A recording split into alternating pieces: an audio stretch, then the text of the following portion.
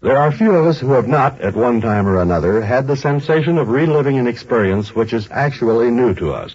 Indeed, so common is this phenomenon that among psychologists it has acquired a technical name.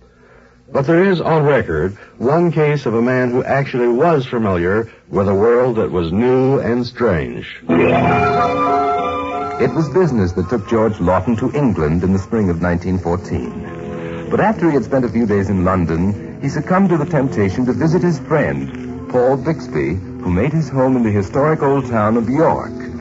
Lawton had never visited York before, and so almost as soon as he arrived, Bixby insisted on taking him for a long walk. He wanted most of all to show him the famous cathedral, known as the Minster. We're not terribly far from it now. I know you'll want to see it, George. You probably know it by the name of St. Paul's Cathedral. Is that how they refer to it in the States? I say, George, do they refer to it as St. Paul's in the States? George! What?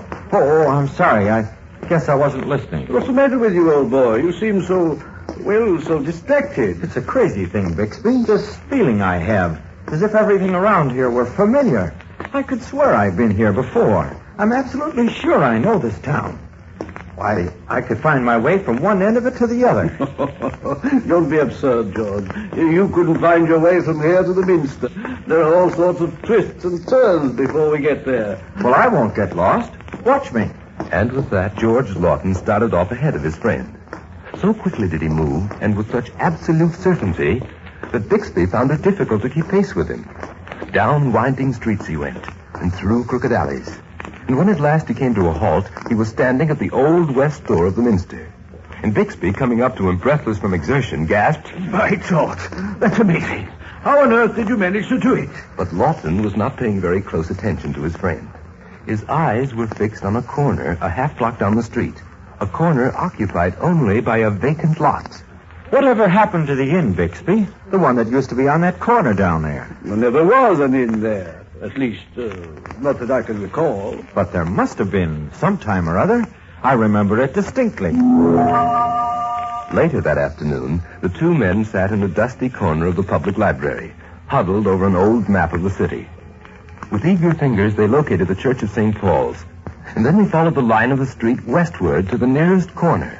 And there, they found a legend, written in very small script. Site of the Golden Ox. Famous old inn. Destroyed by fire in 1628. And so George Lawton, who had never been to York before, found that he not only knew his way around the streets, but that he even remembered a building which had not been there for almost 300 years. Is it absurd to suggest that this was actually his second visit to York? That in some former life he may even have been a resident of the ancient city? Perhaps it seems absurd. And yet what other explanation can be offered for this baffling mystery? A mystery incredible but true.